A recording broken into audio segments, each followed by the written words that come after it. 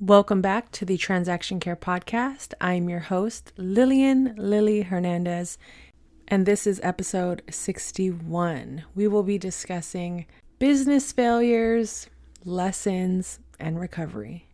So I could easily talk about how some of the most popular, famous people in the world have made mistakes and recovered, or they've failed businesses later in life only to find success at an older age, but I'm not going to do that. I will spare you the fillers and the details about people I don't even know, because that's what Google's for. So I'm going to touch on a few mistakes that I've made, a few failures that I've made in my own personal business over the years, and pretty much why I think they failed, what actually happened, what I learned, and how I'm recovering from said failures, so you can either learn from me, relate to me, or do your best to avoid the same mistakes that I've made. And I encourage each and every one of you to uplift yourself at this time. If you're thinking about your business failures, or maybe you're in the middle of one that you don't know how to get out of, also feel free to reach out to me directly to talk about these things, to vent, or simply just bring some clarity to some of the chaos occurring. It's okay. This is normal. This is a part of the business, but feel free again throughout this episode to answer some of these questions and ways that you can bounce back, recover, or let me know how you have bounced back or recovered in said mistakes or failures in your business and what you've learned from them. I'd love to hear from you. And you also might realize that there are some common themes and patterns throughout this episode that I've gone through. And this exercise with talking about this for this episode and writing my notes has really opened up my mind to realize a lot of things about myself, which you will hear in this episode. So without further ado, let's just jump straight into today's episode. So when I think of failures, the first one that comes to mind was when I decided I was going to sell merch. And in that process, I remember, start the brand, sell it, make some money, rinse and repeat. Easy, right? Well, I found out the hard way that that was not the case. So again, like I said, I was brand new to even creating content for my business.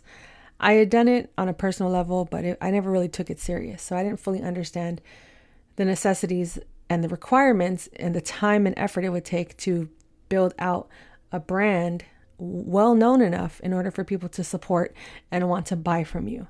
So thinking back on that, I realized I may have jumped the gun a little too prematurely. And what I've learned through that mistake was ultimately you have to take your time with these things, especially when it comes to asking people to support you financially, whether it's buying a t-shirt, buying a program, buying a course, whatever the case may be. So at the time, I was building out my merch and I was thinking, just throw the logo on the shirt, sell it, bam, make some money. But how am I going to pay for this? And at the time, I remember I was kind of desperate to just make things work. And I saw a lot of people online doing this with their social media and their following and their communities. And I said, this is my ego talking. If they can do it, I can do it. Which to a certain extent, you have to have that confidence and belief in yourself. But what I was going through and what I was doing, I definitely skipped some steps.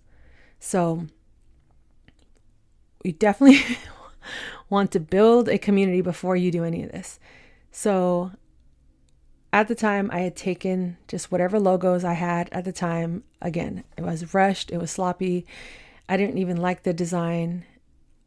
But I realized, hey, let's just give it a try and see what happens. So I built the store on Shopify. And just FYI, it's probably more now because this was a couple years ago. It was about $35 a month. I think that was like the smallest package at the time to keep your storefront open. So I spent about, I think, $700 on 50 shirts. That's to press front and back, and to have, I think, 10 in sizes small to extra large. So I'm thinking, okay, well, the storefront cost $35. I paid this much for however many shirts. I'll just charge this much so I can break even or make a little bit of a profit. And little did I know was not a lot of people knew about who I was or what I was doing. I just figured, I have 100 followers on social media. People have watched my YouTube channel, then it's time for a merch line.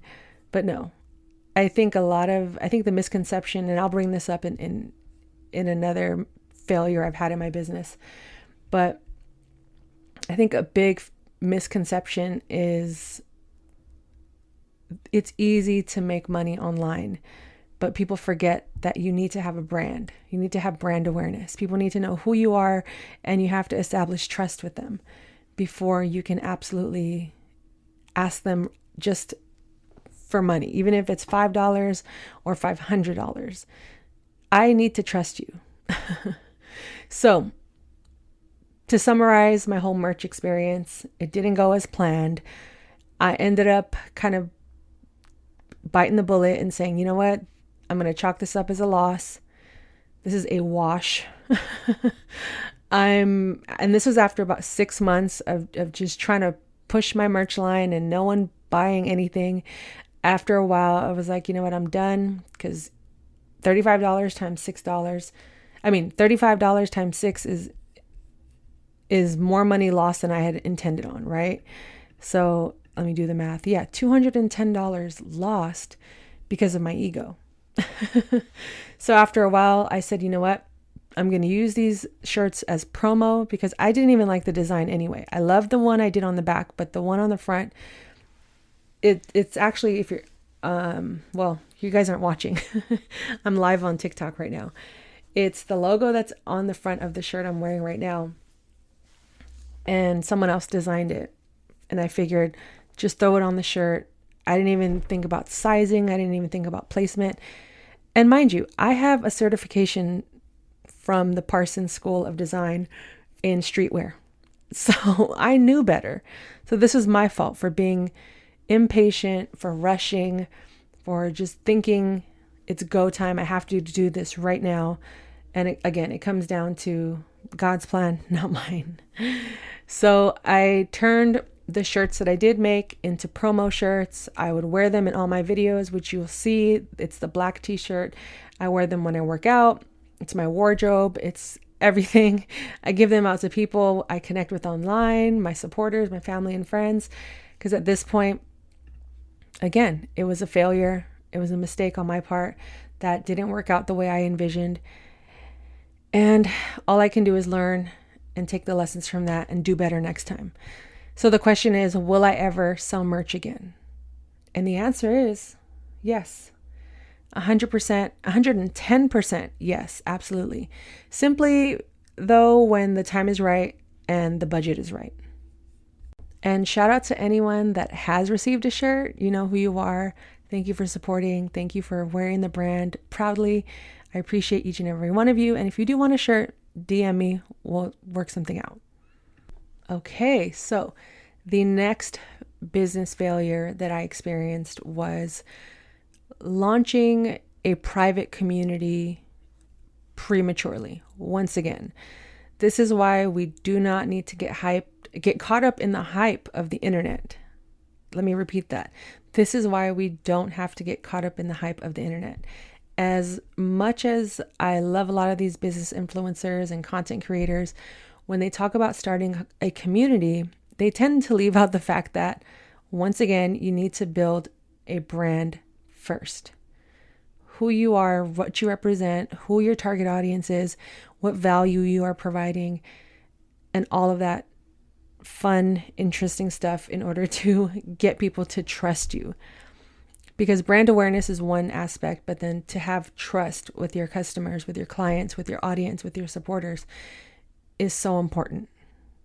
And again, if you're going to be asking people for money, They need to really trust you and know who you are in this world, in this industry.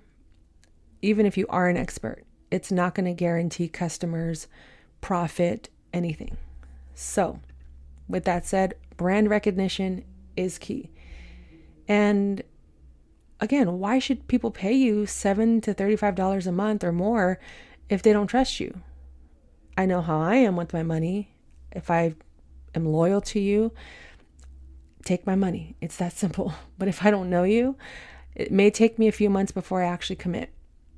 And at the time, I didn't really know what value I was providing. The mistake I made was building out the platform. I used Mighty Networks, which no hate or love lost to them. They're a great platform. I just wasn't ready for that. And having nothing to fill in the spaces with, I bought the domain, I signed up for the platform, made a couple videos, and was expecting, keyword or key mistake, I was expecting people to run and sign up. I had gone through several price changes.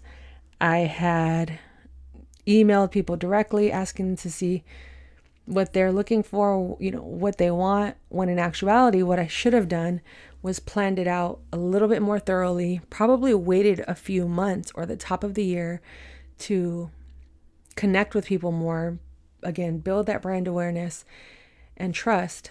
But instead, I said, no, it's time. And at that point in my life, I was doing a coaching course. I was struggling in my business, so I was stressed out most of the time. I was hosting a podcast, doing YouTube. I just had my personal life. So I had just put too much on my plate to now have to manage a community that only 2 people ended up signing up for, which I'm so grateful for those 2 because they held me down for 3 months.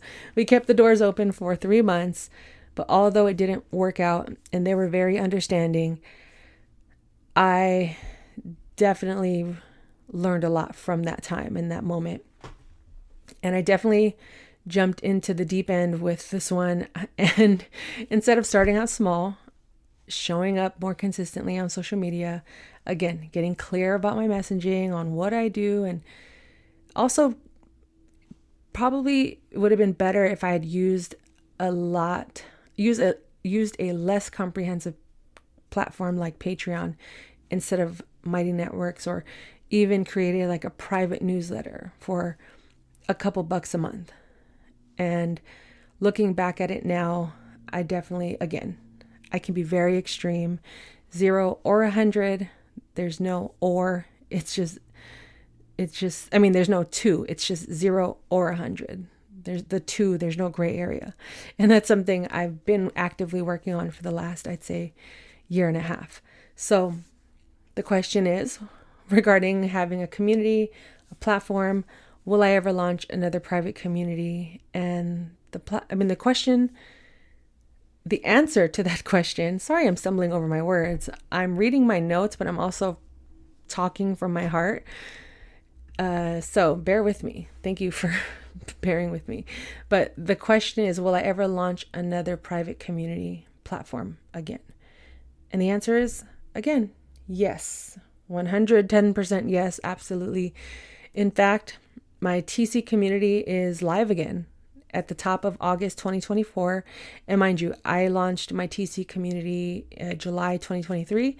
So fast forward a whole year, I've been really active and diligent about building community, building brand awareness, building that trust with the people that need it the most. And I decided this year I'm going to launch it again. We're going to try it. We're going to take our time. We're going to listen to the people and approaching this way different. I'm listening to my community, creating exclusive content based on their needs and not mine. It is as affordable as I can make it. And I have a schedule. So it's incorporated into my life. Whereas last year, I'll be honest, I was kind of winging it. I just thought, people will log in and say, talk about this, talk about that. And when they didn't, I was kind of stuck like a deer in the headlights. So fast forward to this year, August 2024, depending on when you're listening to this, I do have a Patreon. So if you go to transactioncare.com/coaching, the link is right there.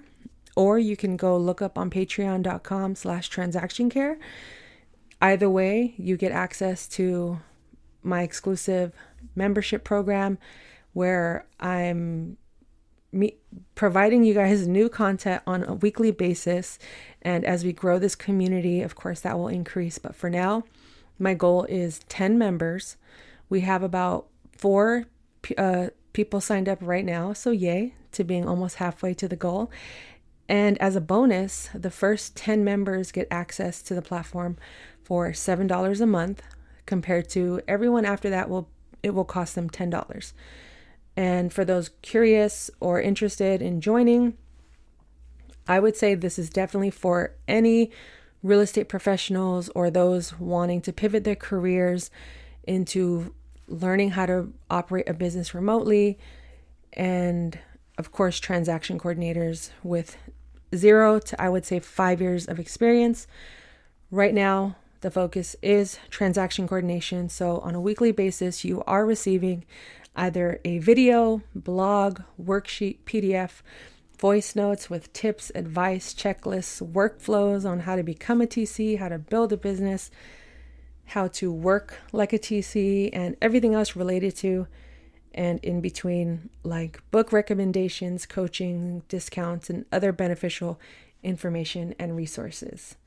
So that's what I've learned from starting a community-based private community too soon. And then fast forward a whole year, I've definitely humbled my approach. I've definitely considered the community first before my own personal needs. And that has made a world of a difference.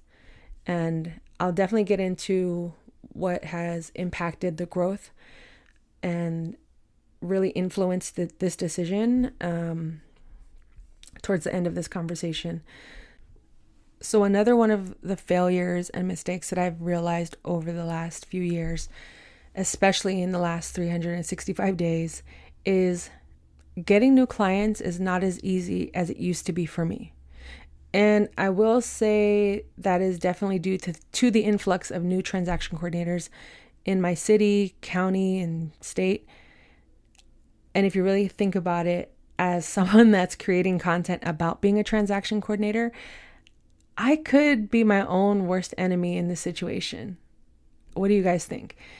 But at the same time, I know deep down at this point in my career, there are more things that I need to accomplish or share or teach and do.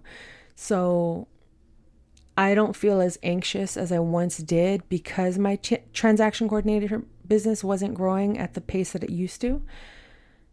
And I've learned to be content with the business that I do have and to be grateful for the business that I do have and the clients and the customers that I do have, because they're all amazing. Have I had clients in between that I've worked with and it just didn't work out? Yes. And I have to listen to that, resistance. When there was a lot of resistance, I had to just let it go. And a lot of the newer realtors that I've been working with or that I have worked with expect the TCs to basically be their assistant, their right hand. And that's not how I operate my business. If you know anything about me or what I've talked about in terms of business practices, I liken real estate to the starting 5 of a basketball team, ultimately to a basketball team.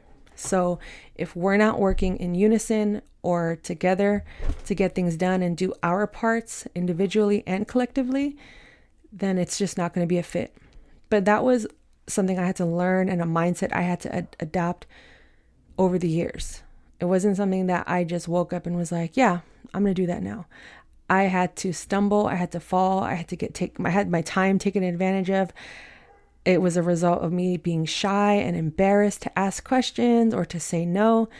And fast forward to now, especially being 40, something just clicked, and although finding new clients and building my TC business is still on the table, it isn't my only option, which I'm grateful for. But looking back, I will say the biggest mistake I made was making TCing and being self-employed, but making TCing my only main source of income. I would say that played into a lot of the mistakes and the failures that occurred in the last year, because when I was trying to pivot out and do something different, I wasn't really able to, because a big chunk of my income relies on me being present for my TC business. I don't work with a team. I don't have assistants. I have had assistants in the past, but it just didn't work out, or I had to make budget cuts or whatnot. And making TCing my only main source of income and what I rely on was probably the biggest cause of the lack or failure of continuously building my business moving forward. But the reality of it all is also I might have had some bad time management. I definitely was a bit arrogant with my decisions and my thinking, thinking things were going to go my way once I made up my mind to pivot my careers. But when you are self-employed, that is not how business works.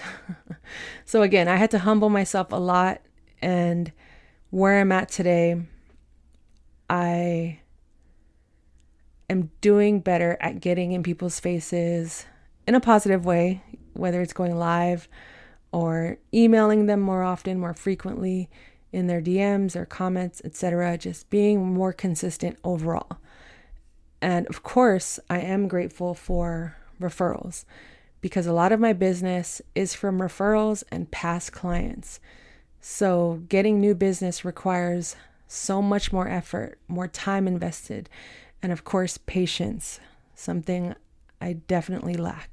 So what I've learned is, rather than just assuming I pressed start or said I was going to do something and assuming it's going to do great right out the gate, I'm applying more pressure, more effort into the specific things that I'm prioritizing, be it my email community, my YouTube channels, my Patreon, my YouTube, my TikTok.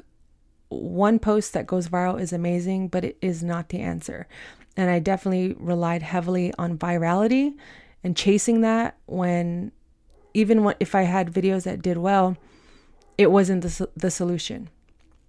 And the solution that I've come to terms with is discipline, commitment to a schedule, incorporating my desired outcomes into my day-to-day lifestyle and decisions, knowing my priorities, getting clear on those, budgeting my money and even my time better, spending, saving, investing with intention, saying no to fun temporarily.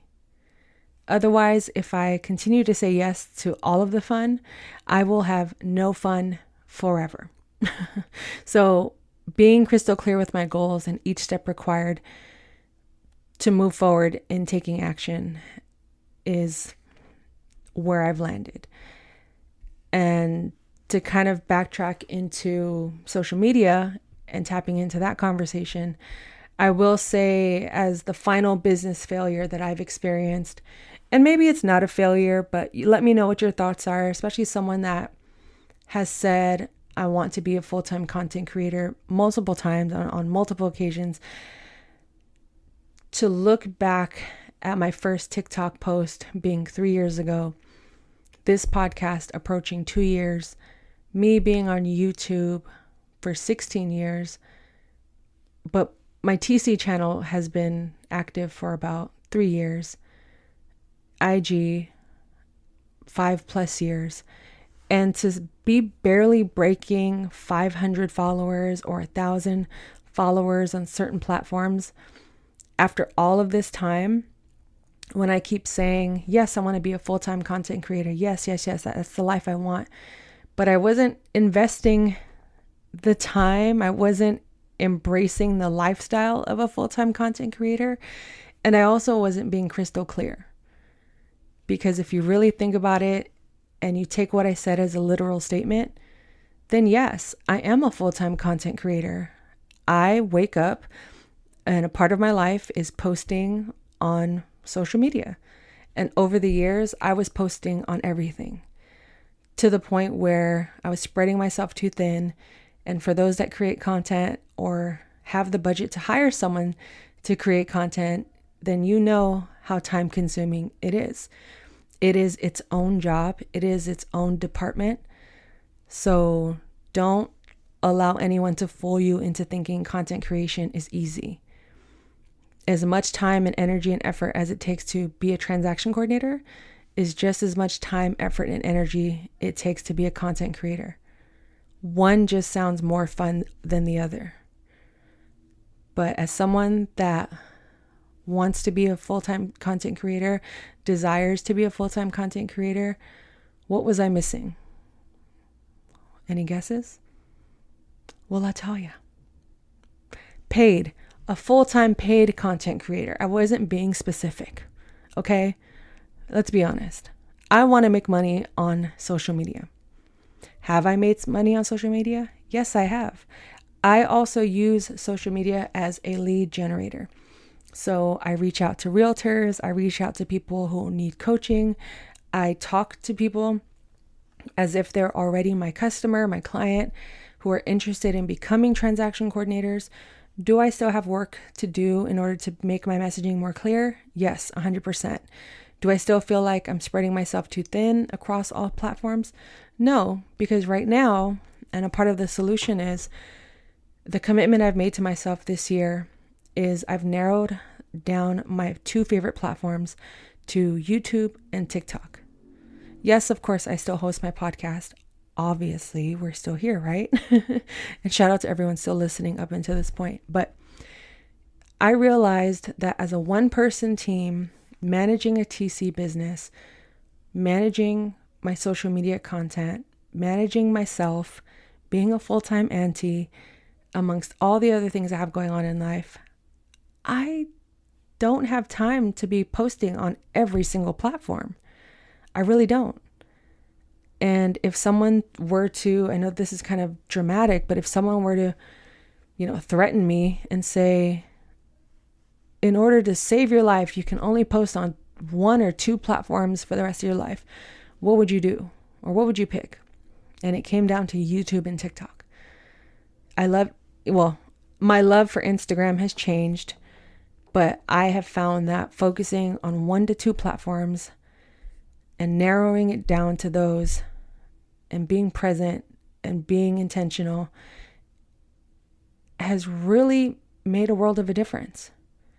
And being present in those platforms for the people in the community and listening to what they're saying, I have seen quicker growth, more engagement and interactions with my community directly in the last 3 months than I have in the last 3 years. So, what else has changed? What other solutions have I implemented in this process so I wouldn't make those same business failures or business mistakes in the next 3 upcoming years? And I realized it came down to going straight to the source, meaning going live and doing live streams. That has been the biggest game changer. I'm actually live on my TikTok right now recording this podcast. And I go live every Tuesday on my YouTube and TikTok. And you if you follow me on TikTok, I'll go live randomly throughout the week just to test the audiences and just to see what times work best. But having a designated scheduled time where I go live and people can come into those live streams and we talk about business. They ask me for tips and advice or guidance on certain topics related to the industry I'm working in. And I get to meet so many different people that I normally would not have done or been able to if I was just posting content and not going directly to the source, which are the people. So I will say being disciplined in that and making going live a part of my lifestyle has increased the growth, the engagement tremendously. So becoming a full-time paid content creator, I am more confident in that being closer and more of a reality than it was a year or even 7 years ago. So I'm grateful to have the time to reflect and realize these things about myself and where I've messed up or where I have lacked or even did well in. Knowing my strengths as well and leveraging my strengths and prioritizing my strengths and even monetizing my strengths, right? So we've gone over my mistakes and my business failures with my merch line, my community, my TC community, my social media, and building my TC business. Overall, the 4 lessons that I've learned is, and if you notice these same patterns as well throughout this episode, let me know. But patience is still a virtue I must continuously learn and master. Discipline is required in order to get things done. Time freedom is the goal, but it also does not mean I do nothing waiting for something to happen. And last, priorities versus sacrifice. If you know your priorities and stick to them as best as possible, then you are hardly sacrificing anything. One of my favorite basketball coaches, Dawn Staley, she is most quoted for saying, "What is delayed is not denied." So I hope you found value in today's episode. This is episode 61, titled Business Failures, Lessons, and Recovery. If you want to reach out to me directly, please email tc@transactioncare.com. Follow me across all social media platforms, specifically YouTube and TikTok, as we discussed in this episode, but everything is under the name Transaction Care. And if you want to join my Patreon, visit transactioncare.com. All of the information is there on the homepage, and I've made it easy and affordable for those interested in joining or who will join. So check that out. And I hope you found some value in this episode. Thank you for sticking around for the last 30 minutes. I truly am grateful for my community. I'm grateful to have this show, and I'm grateful for what is to come. New episodes of the Transaction Care podcast are released on Mondays. Also, please join my newsletter. If you visit my website, transactioncare.com, you'll see a pop-up. Just add your name, email, boom, you're in. It's that simple. And if you can, leave a rating, good or bad. It doesn't really matter. It helps push the show out to more people. But of course, I would like a good rating. I thank you so much. And 5 stars across the board, please. But with all of that said, this has been another episode of the Transaction Care podcast. I'm your host, Lillian, Lilly Hernandez. And until the next episode, I'm giving you the keys. There are no gatekeepers here. Care for yourself. Care for your wealth. Your time is worth it. Let's coordinate. Talk soon.